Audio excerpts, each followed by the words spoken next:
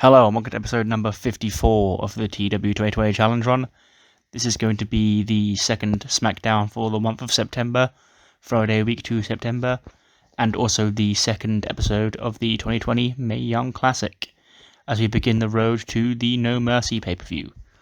Without any further ado, let's jump straight into the show.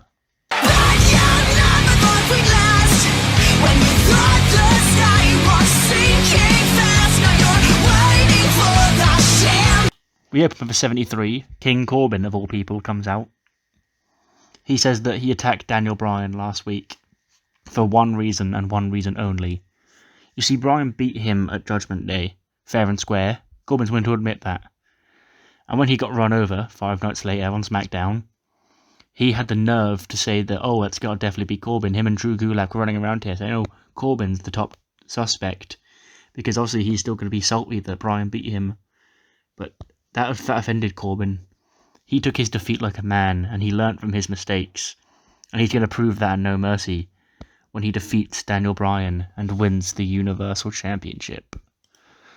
So yeah, basically, well, in that match it was actually funny because Corbin actually injured Bryan, so it's sort of weird like that. But like, Bryan and Gulak were like, oh, that was definitely Corbin, he definitely ran you over. But it ended up being Braun and Tucker. And Corbin was like, bitch, well, just because I'm Baron Corbin doesn't mean I'm that much of a dickhead.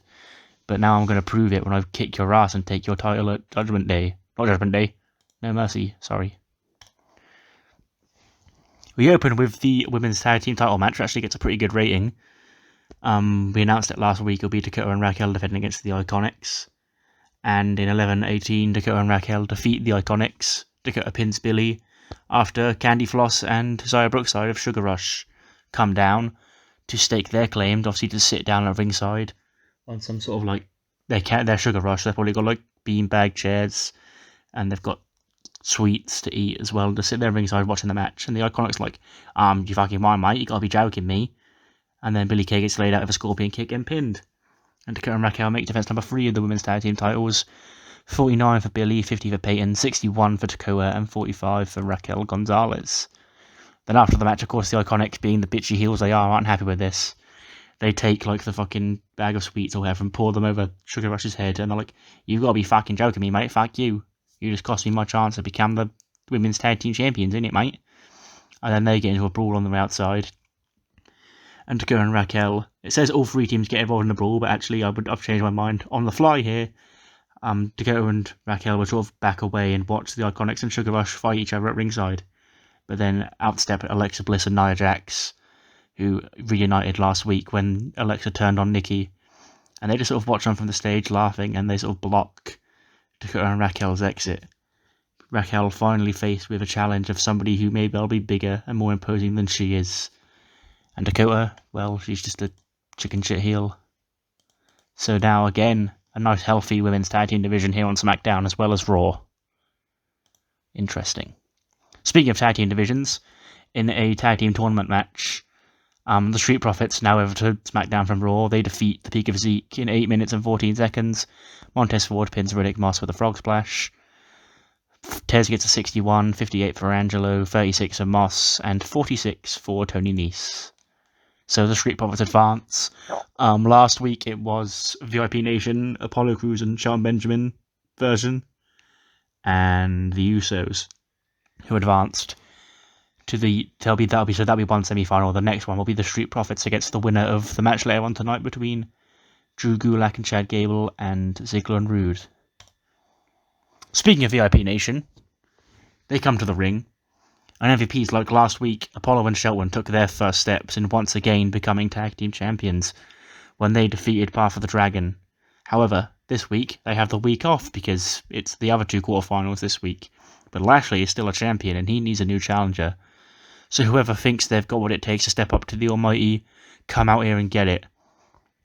And then Shinsuke Nakamura's music hit and he comes out with Malcolm Bivens, the translator. And he sort of says some stuff in Japanese, and Bivens is like, well, since Nakamura says that since he beat Sami Zayn at SummerSlam, he feels like that should put him next in line for the United States title match. And then Sami's like, actually, he comes out, he's like, actually, come to think about that, you actually didn't beat me fair and square at SummerSlam, because, of course, you're Nakamura, you can't beat anyone fair and square nowadays.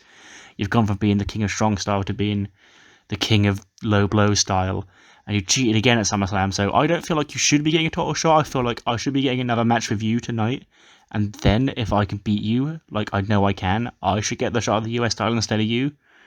They bicker back and forth, and MVP is like, well, we'll make the match. The main event will be Shinsuke Nakamura and Sami Zayn in a SummerSlam rematch. The winner of that match goes to No Mercy to face Bobby Lashley for the United States title. Hey?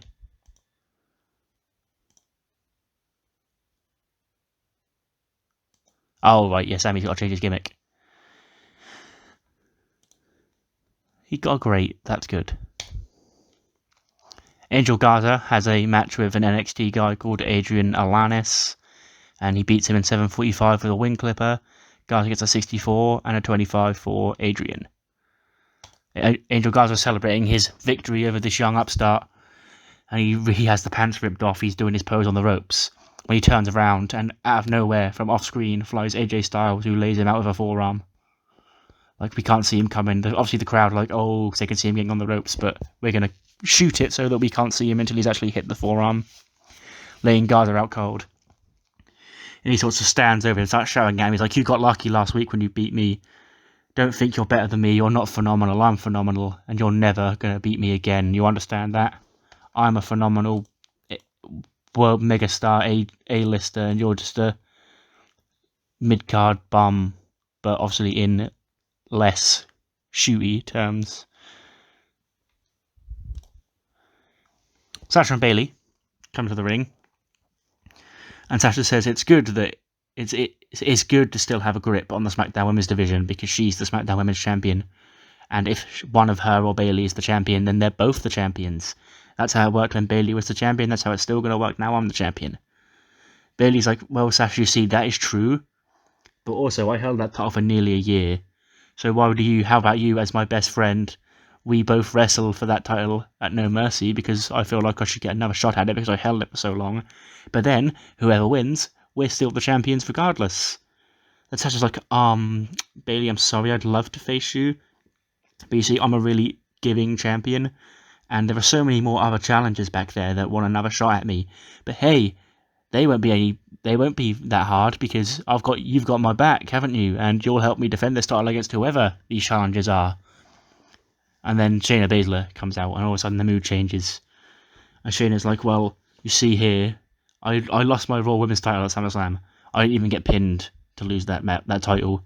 And then they drafted me away from that show before I got the chance to get it back. So now there's a pretender over on Raw who I know I could easily snap in half, who's walking around with the title that I never got beaten for. But I have no opportunity to get it back because I've been sent over here to SmackDown. So naturally I feel like, instead, Sasha, I should be first in line for your title. And then Paige comes out, and she's like, Paige here. You see, technically, I beat Bayley for that title at SummerSlam before Sasha cashed in on me, and even though I held it for 10 minutes, that still puts me in the record books as the former SmackDown Women's Champion. So if we're all coming out here throwing out rematches we feel that we're all earned, throw my hat into the ring. And then Shayna and Bayley and Paige would all argue with each other when new GM Adam Pearce would come out, and he's like, that's it. You will make compelling cases, so at No Mercy, it'll be Sasha defending against Bayley, Shayna, and Paige in a fatal four-way match. Oh, and that will be the main event of No Mercy. And Sasha's like, bitch, no, I want to face one woman, not three. The odds are against her. And there's no Bayley to help her because Bayley's in the match. But Bayley's behind Sasha, she's quite happy with this. She gives a grin. She's got a chance to get her title back. But she can't let her best friend know that she plans to try and win that title back and not help her defend it. So this is the main event of No Mercy. I'm going to go for it because Corbin's wrestling for the Universal title. So there's that's the perfect opportunity to put someone else in the main event. Bayley, Sasha, Shayna, and Paige for the women's title. 71. This was a good match. Dolph Ziggler and Robert Roode defeat Gable and Drew Gulak when Roode pins Gable with a glorious DDT following interference from Mr. King Corbin. Gable got a 67, 69 for Gulak, 64 for Roode, 70 for Ziggler, and they'll advance next week to face the Street Profits in the semi-final of the SmackDown Tag Team Title Vacant Tournament thing.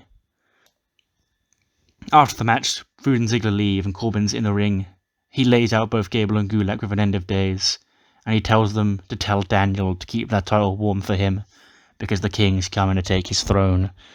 So of course, Bryan's two friends here, Corbin has taken them both out to send a message to the champion, and he's cost them their chance to be the SmackDown Tag Team Champions.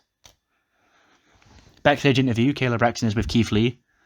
She asks him how he's feeling ahead of his official SmackDown in-ring debut coming up next. And he's like, last week when I came out, I didn't mean to upset Braun Strowman. He just wanted to let Braun Strowman and the WWE Universe know that he had arrived here on SmackDown. But since Braun was clearly so upset about it, he must have an issue with me. See, and the reason Braun Strowman has an issue with me is that he sees me as his replacement. So he's trying to take me out before it gets to the point where I can replace him as the top dog here on SmackDown. And if he wants to settle this little issue he's got with me, then we'll do it at No Mercy, and he and the rest of the Hoss House will learn to bask in my glory. Strong words from Keith Lee about the former Universal Champion, saying that he knows that he's going to replace Braun Strowman as like the top big guy here on SmackDown, and that's why Braun Strowman took a dislike to him last week and challenges him to a match at No Mercy. And then he goes on to beat Tucker in a 67 with a Spirit Bomb. He gets a 64, Tucker gets a 58. After the match, Keith Lee's celebrating, he's doing his pose, and everyone's basking in his absolute magnificence and of course his glory, when Braun runs out and he lays him out with a power slam. He screams, "Braun!" as he walks up the ramp. Just a recap segment, because there's not really enough room on the show to advance it. Recapping the history between Bray Wyatt the Man and Roman Reigns, all the Anyone But You Roman stuff, all that way the Shield stuff against the Wyatts, Hell in a Cell, and where they got to now, where Bray Wyatt, this man against this man, Roman Reigns, man versus man at No Mercy. No Smoky Fiend gimmicks, just straight up two men having a fight. 81 rated main event match. Sami Zayn defeats Nakamura in the rematch, so a good old 50-50 booking. I don't normally like doing it, but here we are. Sami beats Nakamura in 1921 with a Helluva Kick. He gets a 76, Shinsuke a 73, and at No Mercy it will be Sami Zayn taking on the almighty Bobby Lashley for the US title, and he will not be making fake Bobby Lashley sisters as part of the build-up. I definitely clicked that game. 83. Increased our popularity in 13 regions. Again, that's a very good show. We're finally on track. We're smashing out ratings. I think we can increase in size again after the first SmackDown in October. So if we just keep getting pop like then, we should fly back up, and then all the pop games will go up, the viewers will go up, and it'll be a nice easy time from there on. But anyway, that's not all for today.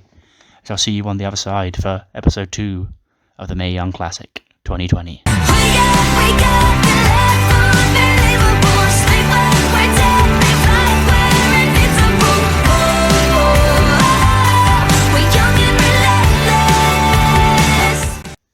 So this took a little bit of booking on the fly. So basically, this isn't the order I plan to run the matches in. I plan to do it like top left, bottom right every week. The top two in terms of the bracket, obviously, like it was the top 2 on the left and the bottom 2 on the right. Then I was going to go one up on the right, one down. But some of the women that I have booked in these matches who are older, and the veterans I decided to bring in to give them their one chance to shine in WWE, have decided to retire in the game. And obviously I can edit that. So, but I can't do it in the PM part of the day, the actual booking screen. So I'm going to have to wait till the show's been booked. So I've had to swivel, and I'm now doing 2 bottom left, 2 top right matches, because they don't feature any retired women. Okay? Just roll with it. So, Kira Hogan and Faye Jackson opening the show in their match in round 1, which gets a 19. Kira Hogan defeats Faye Jackson in 10 minutes. Kira gets a 16 for Faye Jackson, so that was the right choice to have Kira win that. And she advances to the next round. We then get a promo. Christy James, and apparently I had them improvise. Christy James and Eva Lise. Of course, both her features on AEW I don't think either of them are actually signed. They definitely aren't on the mod anyway, so that's why they're both here, looking to win the Mae Young Classic for 2020. And advancing is Ivelisse. She defeats Christy James in 9:55 with a vertigo spin kick. She gets into 37, 17 for Christy James. 23 is not terrible for a match between two jobbers that they don't care about. Not good, of course, but we take it, we move. Sari and Lady Tapa are next. This is a very David vs Goliath match. You got the big Lady Tapa, you got the little Sari, and the winner advancing. Sari overcomes the odds. She defeats Lady Tapa in 10:05 with a drop kick. Sari gets a 32. Lady Tapa gets a 17. And Sari will advance to the next round.